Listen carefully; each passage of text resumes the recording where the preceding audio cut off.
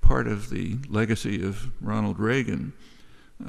During the Reagan years, Pakistan was ruled by the most awful of its many horrible dictators, Zia-ul-Haq, and he had two major policies.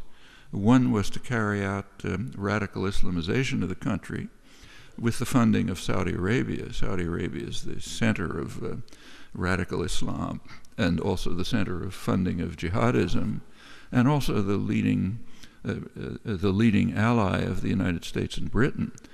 Traditionally, the U.S. and Britain have been supporting radical Islam throughout the region. There are good reasons for that, and they continue to.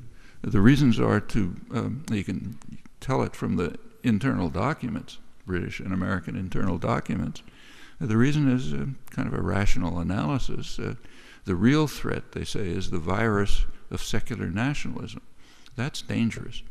Secular nationalism, say Nasser, for example, can lead to the possibility of efforts to try to take the resources of the region and use them for their own populations, rather than for the benefit of the West and the ruling, super-rich ruling families.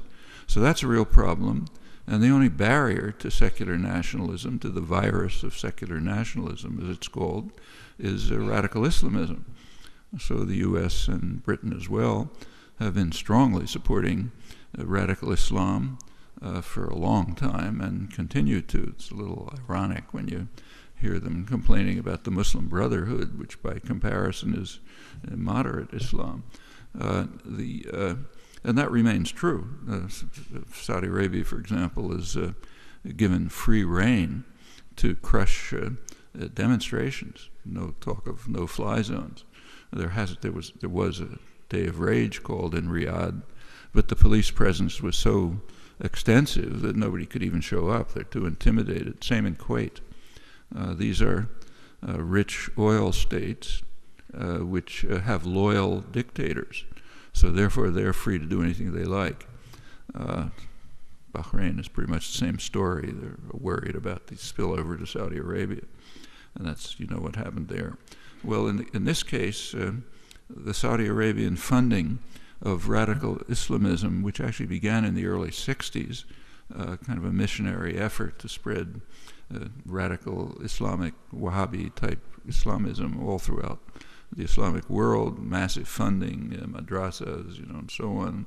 That penetrated Pakistan in the 1980s, and a lot of these reformist lawyers came out of those madrasas. They've had a big effect on Pakistan. And at the same time, Zia-ul-Haq was developing nuclear weapons. The Reagan administration pretended, and the British pretended that they didn't know it.